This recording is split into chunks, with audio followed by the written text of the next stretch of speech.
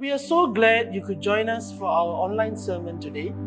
Before we hear God's word, we will have scripture read.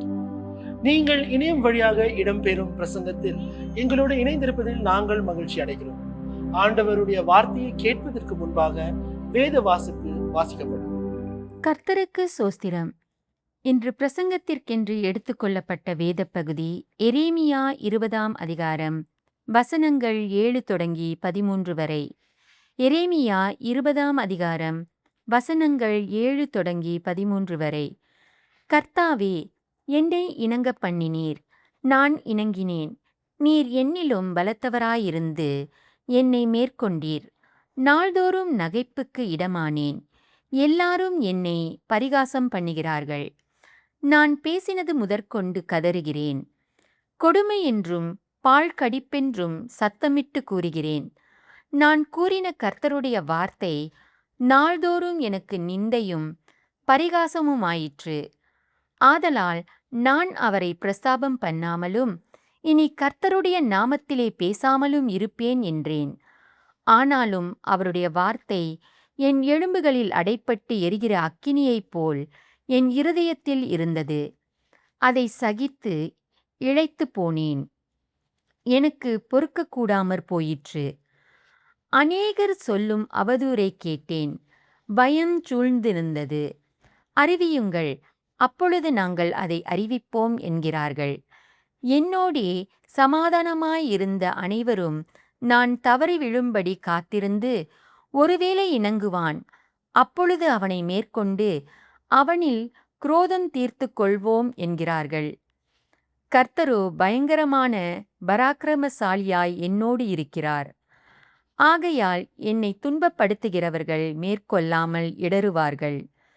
தங்கள் காரியம் வாய்க்காதபடியால் மிகவும் வெட்கப்படுவார்கள். மறக்கப்படாத நித்திய இலச்சை அவர்களுக்கு உண்டாகும்.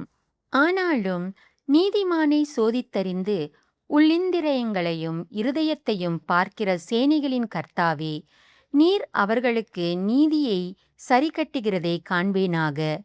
என் காரியத்தை உம்மிடத்தில் சாட்டிவிட்டேன். கர்த்தரை பாடுங்கள், கர்த்தரை துதியுங்கள். அவர் எளியவனுடைய ஆத்துமாவை பொல்லாதவர்களின் கைக்கு தப்புவிக்கிறார். ஆமேன். இது தேவனுடைய வசனம். நாம் அனைவரும் சேர்ந்து சொல்லுவோம். தேவனுக்கு சோஸ்திரம். பிரியமானவர்களே, நாம் ஜெபம் செய்வோமாக. Let us pray. கண்மலை மீட்புமாயிருக்கின்ற கர்த்தாவே, இந்த நாளிலே உம்முடைய வார்த்தை மூலியமாக நீர் எங்களோடு இடைப்படும்படியாக ஜெபிக்கிறோம். We pray that you will speak to us through your word. May your word minister to our hearts. உம்முடைய வார்த்தையானது எங்களுடைய உள்ளங்களை சந்திக்கும்படியாக ஜெபிக்கிறோம். இயேசு கிறிஸ்துவின் நாமத்தில், in Jesus mighty name. Amen. Loving God more than our pain.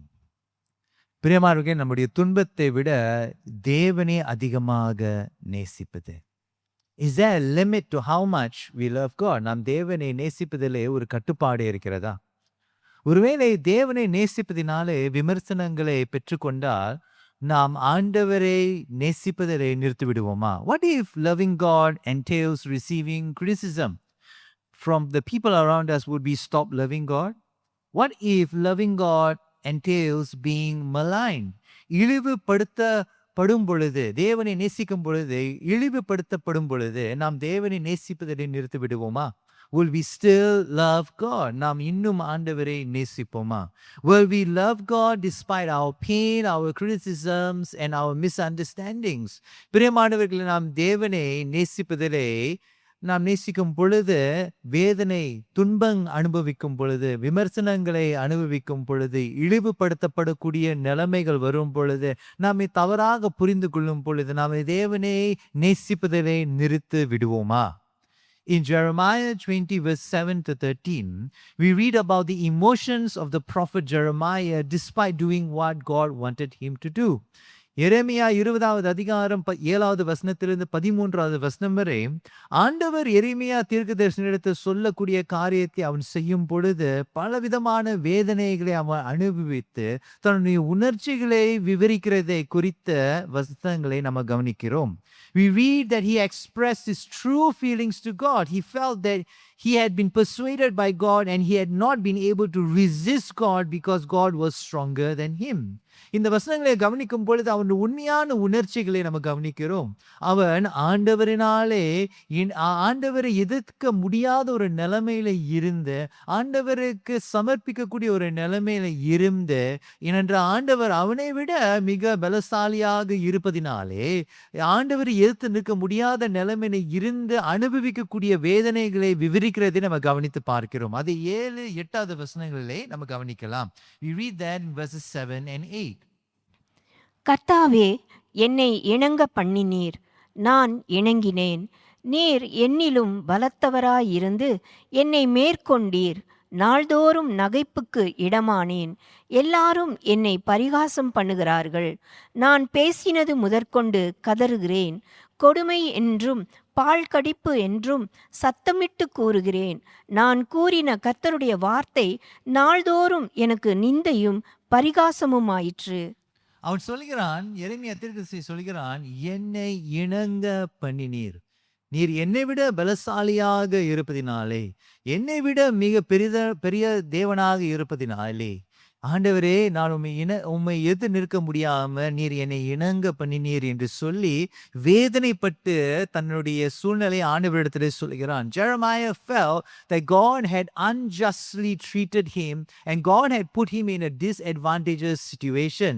பாதகமான சூழ்நிலையிலே ஆண்டவர் அவனை நிறுத்தி வைத்திருக்கிறார் என்று சொல்லி அவன் வேதனைப்பட்டு தன்னுடைய உணர்ச்சிகளை ஆண்டவரிடத்தில் அவன் சொல்லுகிறான். தேவன் அவனை அநியாயமாக நடத்தினார் என்ற ஒரு உணர்வோடு ஆண்டவரிடத்தில் சொல்கிற வசனங்களை நம்ம கவனித்து பார்க்கிறோம். He says that God, you have treated me unjustly.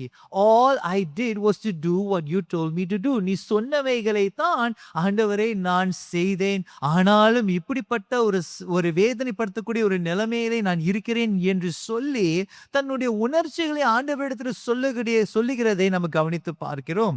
Jeremiah states that if he speaks and acts for God, he will be ridiculed. But if he doesn't, he will feel a great dissatisfaction within his heart and he will be unable to bear it.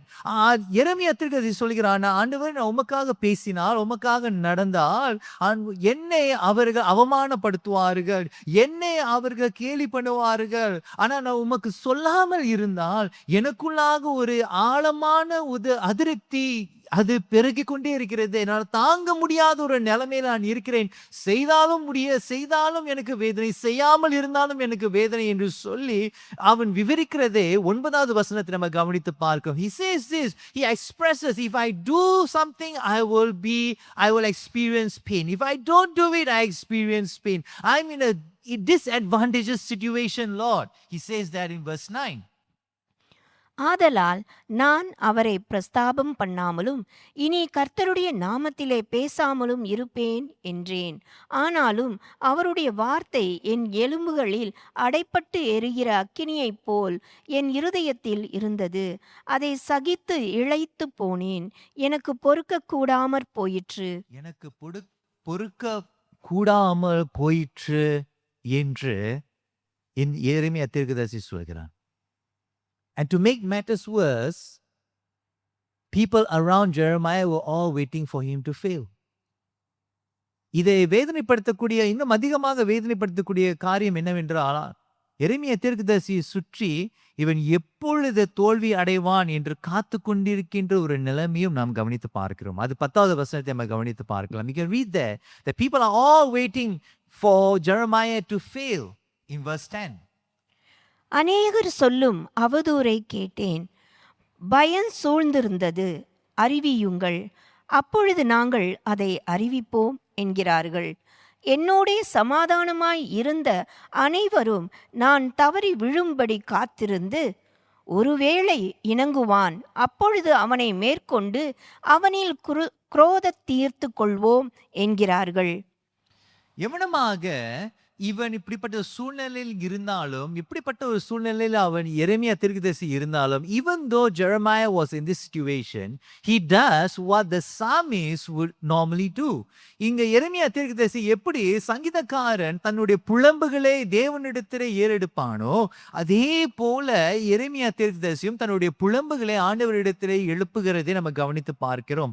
எப்படி சங்கீதக்காரன் தன்னுடைய புலம்புகள் மத்தியிலும் ஆண்டவரை நோக்கி அநேக வேளையிலே கவனிக்கிறதை, சொல்லி பார்க்கிறதை, தன்னுடைய உணர்ச்சிகளை சொல்லுகிறதை நாம் பார்க்கிறோமோ, அதே போல எரேமியா தீர்க்கதரிசி தன்னுடைய உணர்ச்சிகளை ஆண்டவர்கிட்ட சொன்ன பிறகு, இருந்த போதிலும் ஆண்டவரே நான் உம்மை நம்புவேன் என்று சொல்லி 11வது வசனத்திலிருந்து 13வது வசனம் வரை அவன் சொல்லுகிறதை நம்ம கவனித்து பார்க்கிறோம். Now despite here Jeremiah feeling that he is in a disadvantageous situation, just like in the psalmist in the book of Psalms, here Jeremiah lifts up his pain to the Lord, but at the same time he puts his hope in the Lord. We read that in verse 11 to 13.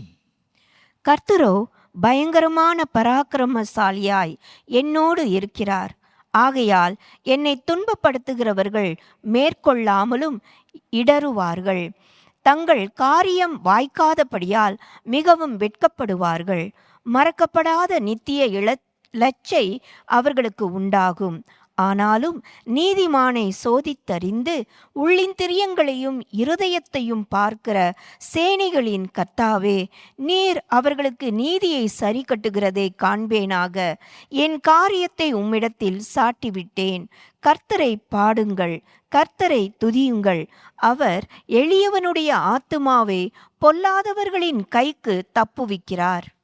பிரியமானவர்களே, இங்க எரேமியா தீர்க்கதரிசி ஒரு சங்கீதக்காரன் கவனமாக சங்கீதங்களை எழுதி ஆண்டவரிடத்தை தன்னுடைய உணர்ச்சிகளை சொன்ன பின்பு ஆண்டவரை நம்புகிறானோ, அதே போல எரேமியா தீர்க்கதரிசியும் தன்னுடைய வேதனைகளிலே, ஆண்டவரே நான் உமக்காக வாழ்ந்தேன், உமக்காக பேசினேன், என்னை வேதனைப்படுத்துகிறார்கள், என்னை துன்பத்துக்குள்ளாக நடத்துகிறார்கள், என்னை சுற்றியுள்ளவர்கள் நான் எப்பொழுது தோல்வி அடைவேன் என்று காத்து கொண்டிருக்கிறார்கள் என்ற அந்த வசனங்களை சொன்ன பின்பு தன்னுடைய உணர்ச்சிகளை உணர்த்த ஆண்டவரிடத்தில் வெளிப்படுத்தின பிறகு அவன் சொல்கிறான், இருந்த போதிலும் ஆண்டவரை நான் உம்மை நம்புவேன், நீரே என்ன அவர்களுடைய கைகளில் இருந்து என்னை தப்புவிக்கிறீர் என்று சொல்லி ஆண்டவரை குறித்து பேசுகிற அந்த விசுவாசத்தை, ஆண்டவர் மீது வைத்திருக்கின்ற நம்பிக்கையை நாம கவனிக்கிறோம். Here, despite the pain, despite the experience of Jeremiah, he chooses to put his faith in God, chooses to allow God to be his source of strength and hope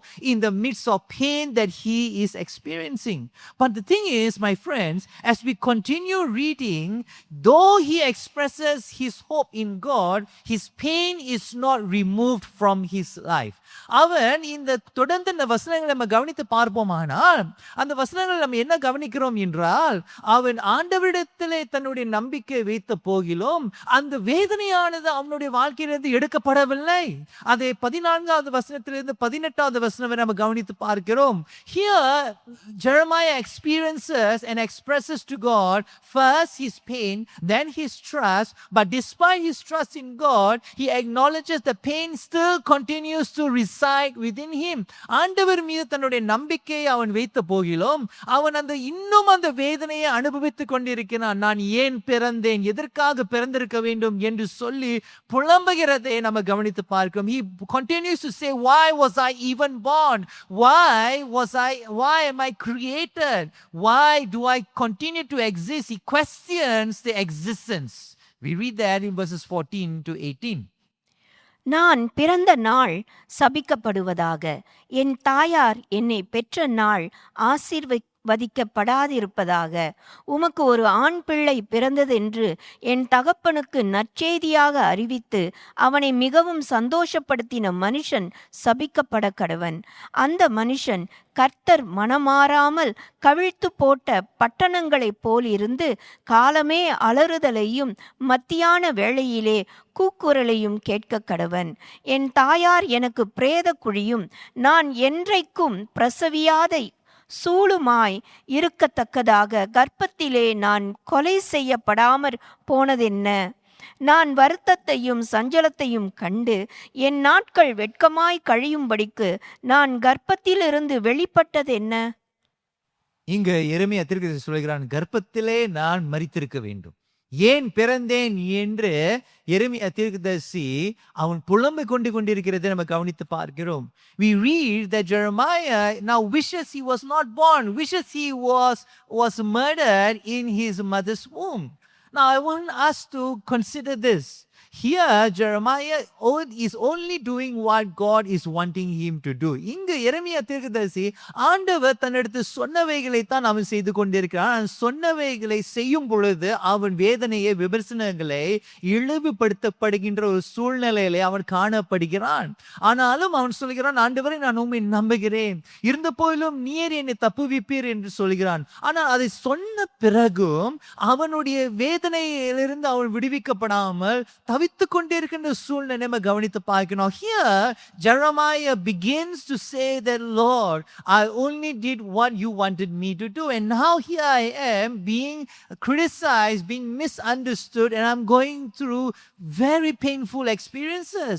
And then in the midst of all that pain, he expresses to God, he says, Lord, but I trust you, I know that you will set me free. But despite saying that, that pain is not removed from him. He continues to say that I wish I was not born. நான் பிறக்காமல் இருந்திருந்தாலே நன்றாக இருந்திருக்குமே என்று சொல்லி தேவனிடத்தில் புலம்பு கொண்டிருக்கிறதை நம்ம கவனித்து பார்க்கிறோம். But what I want to encourage us to see is this, that despite all that he expresses to God, if we continue to read about the life of Jeremiah, we see that he did not allow the pain that he suffered for doing what was right before God overcome him, but he loved God more than the pain that he suffered. அவன் வேதனையை அனுபவிப்பதை பார்க்கிலும், விமர்சனங்களை அனுபவிப்பதை பார்க்கிலும், இழிவுபடுத்தக்கூடிய சூழ்நிலைகளை பார்க்கிலும், வேதனை துன்பத்தை அனுபவிப்பதை பார்க்கிலும், தேவனை அதிகமாக நேசித்ததினாலே தன்னுடைய எரேமியாவுடைய வாழ்க்கையை கவனித்து பார்க்கும்போது கடைசி வரைக்கும் ஆண்டவருக்காக வாழ்ந்ததை தான் நம்ம கவனித்து பார்க்கிறோம். ஏனென்றால் தன்னுடைய வேதனை துன்பத்தை பார்க்கிலும் தேவனை அதிகமாக நேசித்தான். Because more than his pain, more than the criticisms, more than the misunderstandings, he loved God more than everything. Has your pain for doing what is right prevented you from living for God?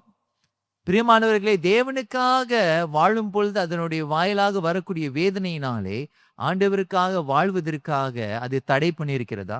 Is your pain or the possibility of pain greater than your love for God? உன்னுடைய வேதனையும், ஒருவேளை நான் இதை செய்தால் இந்த வேதனை வரும் என்ற அந்த பயத்தினாலே செய்யாமல் போவதினாலே ஆண்டவரை விட அந்த வேதனைக்கு தான் நாம் முதலிடம் கொடுத்திருக்கிறோமா? If it has, what does it say about us? அதுக்கு அப்படிப்பட்ட வேதனைக்கும் அப்படிப்பட்ட பயத்துக்கும் இடம் கொடுப்போமானா அது நம்மை குறித்து அது என்ன சொல்கிறது? Does it say that there is a limit to how much we love God? நாம் ஆண்டவர் எந்த அளவு அன்பு செலுத்துவோம் என்று ஒரு கட்டுப்பாடு நமக்குள்ளாக இருக்கிறதா? நம் ஆண்டவருக்காக அந்த வேதனையினாலே, அந்த பயத்தினாலே ஆண்டவருக்காக வாழாமல் இருக்கும் பொழுது ஆண்டவர் மீது உள்ள ஒரு அன்புக்கு ஒரு கட்டுப்பாடு இருக்கிறது என்று அது விவரிக்கிறதா? அது வெளிப்படுத்துகிறதா? Does it say that we love God with conditions? அதாவது நம் ஆண்டவரை நேசிக்கும் பொழுது நிபந்தனையோடு நாம் ஆண்டவரை நேசிக்கிறோமா? ஆண்டவரே, இதை செய்தால்தான், எனக்கு வேதனை விளக்கினால்தான், என்னுடைய துன்பத்திலிருந்து என்னை விளக்கினால்தான் நான் உம்மை நேசிப்பேன் என்று சொல்லி நிபந்தனையோடு ஆண்டவரை பின்பற்றுகிறோமா? Do we follow God, love God with conditions? Can we say that we love God with everything that we have? நமக்கு உள்ளவைகளை எல்லாம் வைத்து நான் தேவனை நேசிக்கிறேன் என்று சொல்ல முடியுமா? How do we understand pain in our faith?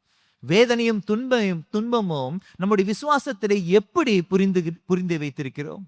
When we look at the life of Jeremiah, though he chose to put his trust in God, it did not take away the pain. ஆண்டவர் மீது எரேமியா தீர்க்கதரிசியோட வாழ்க்கையை கவனித்து பார்க்கும்போது ஆண்டவர் மீது நம்பிக்கை வைத்தாலும் அந்த வேதனை அவனுடைய வாழ்க்கையிலிருந்து எடுக்கப்படவில்லை. ஆனாலும் அந்த வேதனைக்கு முதலிடம் கொடுக்காமல் தேவனுக்கு முதலிடம் கொடுத்து துன்பத்தை பார்க்கிறோம், விமர்சனங்களை பார்க்கிறோம், ஜனங்களை அவனை இழிவுபடுத்தக்கூடிய நிலைமையை பார்க்கிறோம். ஆண்டவர் மீது அதிக அன்பு வைத்ததினாலே ஆண்டவருக்கு முதலிடம் கொடுத்து வேதனைக்கும் துன்பத்தையும் பார்க்கிறோம். ஆண்டவரை அதிகமாக நேசித்ததை தான் நாம் கவனித்து பார்க்கிறோம். Jeremiah followed God till the end because he loved God more than his pain, he loved God more than criticism, he loved God more than the misunderstandings, he loved God more than the pain and the excruciating experience of living for God. He loved God more than all things and everything and everyone else. Jeremiah's life teaches us that we are called to love God in all circumstances, even in situations we do not understand. நாம் புரிந்து கொள்ள முடியாத நிலைமையிலும் நாம் தேவனை எல்லா காரியத்தை விட எல்லா நபர்களை விட அவரை தான் அதிகமாக நேசிக்க வேண்டும் என்று எரேமியா தீர்க்கதரிசியுடைய வாழ்க்கை மூலியமாக இதைத்தாங்க நம்ம கற்றுக்கொள்கிறோம். Even in situations where circumstances don't change. சூழ்நிலைகள் நம்ம ஆண்டவரை நாடின பொழுதும் சூழ்நிலைகள் மாறாமல் இருந்தாலும் தேவனை தான் நான் அதிகமாக நேசிப்பேன் என்ற ஒரு எடுத்துக்காட்டு எரேமியாவுடைய வாழ்க்கையை நம்ம கவனித்து பார்க்கிறோம்.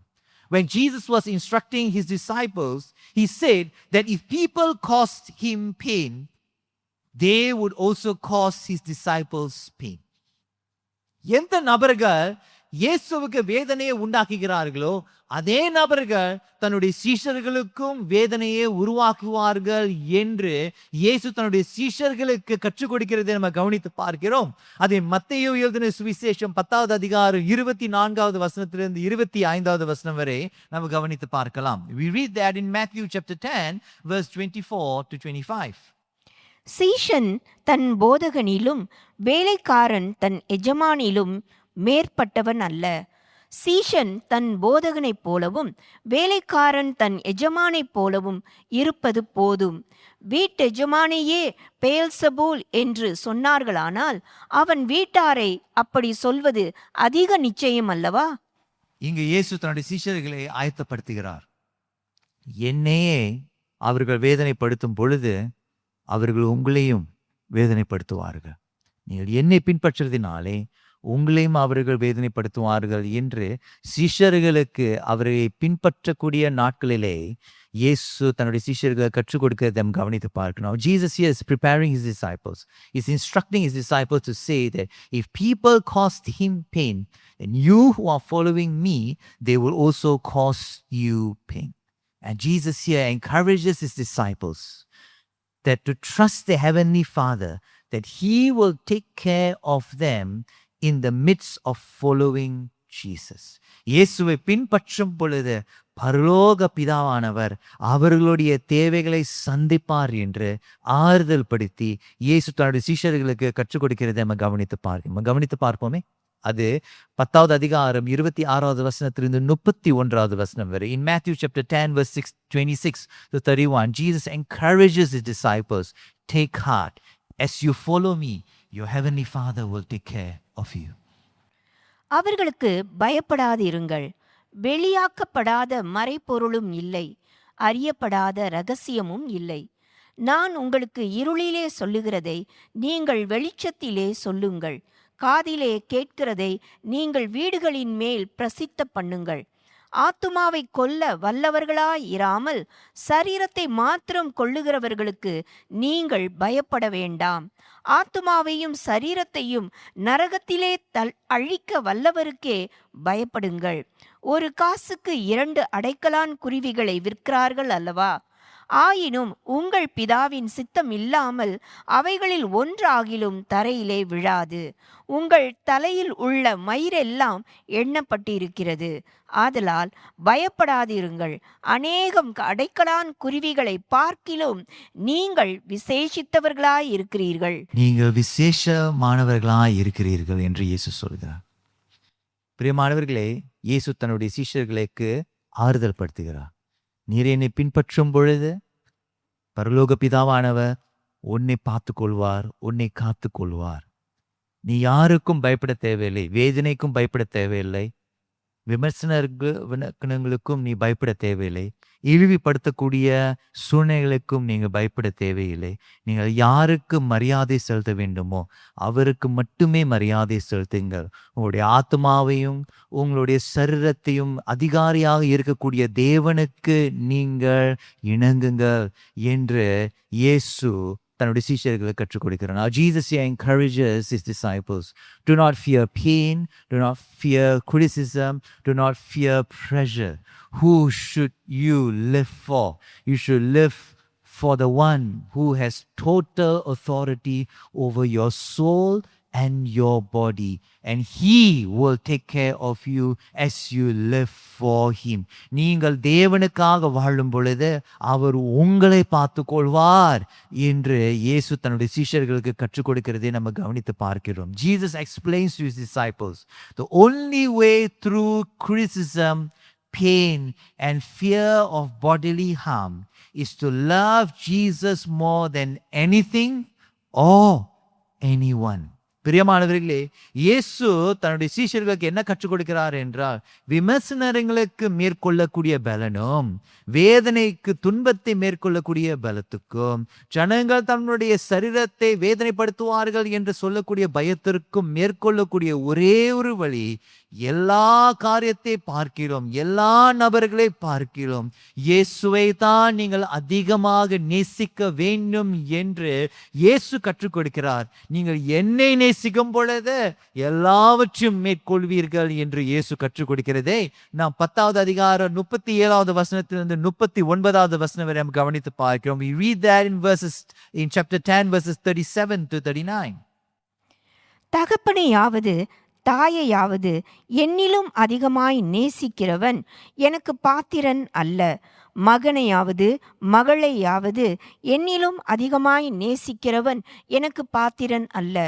தன் சிலுவையை எடுத்துக்கொண்டு என்னை பின்பற்றாதவன் எனக்கு பாத்திரன் அல்ல. தன் ஜீவனை காக்கிறவன் அதை இழந்து போவான். என் நிமித்தம் தன் ஜீவனை இழந்து போகிறவன் அதை காப்பான். Today we have to ask ourselves, is there a limit to how much we love Jesus? இயேசுவை நேசிப்பதிலே ஒரு கட்டுப்பாடு இருக்கிறதா? வேதனையில்லாத நாட்கள் தான் நான் அவரை பின்பற்றுவேன் என்று நாம் அவர் மீது உள்ள அன்பு இருக்கிறதா? Is our love only in seasons where there is no pain? Or do we love Jesus without limit, even in the midst and in spite and despite pain? Today, as we remember Father's Day, it is also important to ask ourselves as fathers, do we love Jesus more than anything or anyone? இன்றைக்கு தந்தையர் தினமாக இருக்கும் பொழுது நாம் கேட்கக்கூடிய ஒரு கேள்வி என்னவென்றால், இயேசுவை பார்க்கிலும் சில காரியத்தை, சில நபர்களை அதிகமாக நேசிக்கிறோமா? Do we love Jesus? Do we love others? Or do we love things more than Jesus? I want to ask those who are fathers or anyone else who are struggling in this area to respond. நீங்கள் தந்தையாக இருந்தாலும் அல்லது சகோதரியாக இருந்தாலும் இந்த சூழ்நிலையில நீங்கள் வேதனையோடு போராடி கொண்டு இருப்பீர்கள். ஆனால் நீங்கள் ஆண்டவரிடத்தில் உங்களுடைய இருதயத்தை கொடுக்கும்படியாக நாங்கள் உற்சாகப்படுத்துகிறேன். நாம் ஜெபம் செய்வோம். Let us pray. கண்மலை மீட்புமாயிருக்கின்ற கர்த்தாவே, இந்த நாளிலே நீர் எங்களோடு பேசிக்கொண்டிருப்பதற்காக நன்றி. எங்களுடைய அன்பை குறித்து நீ சோதித்து ஆராய்ந்து கொண்டிருப்பதற்காக நன்றி. Thank you for Lord searching and testing our love. May our love be more than our pain. நம்முடைய துன்பத்தை பார்க்கிறோம். உம்மீது உள்ள தேவன் உம்மீது உள்ள அந்த அன்பு தேவனே அதிகமாக இருக்கும்படியாக செபிக்கிறோம். மேற்கொள்ளக்கூடிய பலன் உம்முடைய அன்பிலே அடங்கி இருக்கிறது. To overcome this pain, Lord, our love for you will help us to overcome this pain. So we rest in your love and we allow your love to compel us. உம்முடைய அன்பிலே காத்திருக்கிறோம். உம்முடைய அன்பினாலே நடத்தப்பட இடம் கொடுக்கிறோம். இயேசு கிறிஸ்துவின் நாமத்தில், in Jesus' mighty name. Amen. We hope you have been blessed by the word of God today. If you have any questions after hearing the sermon today or need someone to talk to, please contact our church office. We would like you to know that you are not alone and that we as a church are willing to journey with you. We hope to be a safe space where you can grow in Christ as a person. We hope you have a great week. God bless you. பிரசங்கத்துக்கு பிறகு தேவனுடைய வார்த்தையால் நீங்கள் ஆசீர்வதிக்கப்பட்டீர்கள் என நம்புகிறோம். பிரசங்கத்தை கேட்ட பிறகு உங்களுக்கு ஏதேனும் கேள்விகள் இருந்தால் அல்லது யாரிடமாவது பேச வேண்டும் என்றால் எங்கள் சபை அலுவலகத்தை தொடர்பு கொள்ளுங்கள். நீங்கள் தனிமையில் இல்லை என்றும் உங்களோடு சேர்ந்து பயணம் செய்ய நாங்கள் சபையாக முன்வருகிறோம் என்பதை நீங்கள் அறிய வேண்டும் என்று நாங்கள் விரும்புகிறோம். நீங்கள் கர்த்தருக்குள் ஒரு நபராக வளர்ச்சி அடைவதற்கு உங்களது பாதுகாப்பான இடமாக நாங்கள் இருக்க விரும்புகிறோம். இந்த வாரம் உங்களுக்கு சிறந்த வாரமாக அமையட்டும். ஆண்டவர் உங்களை ஆசீர்வதிப்பாராக.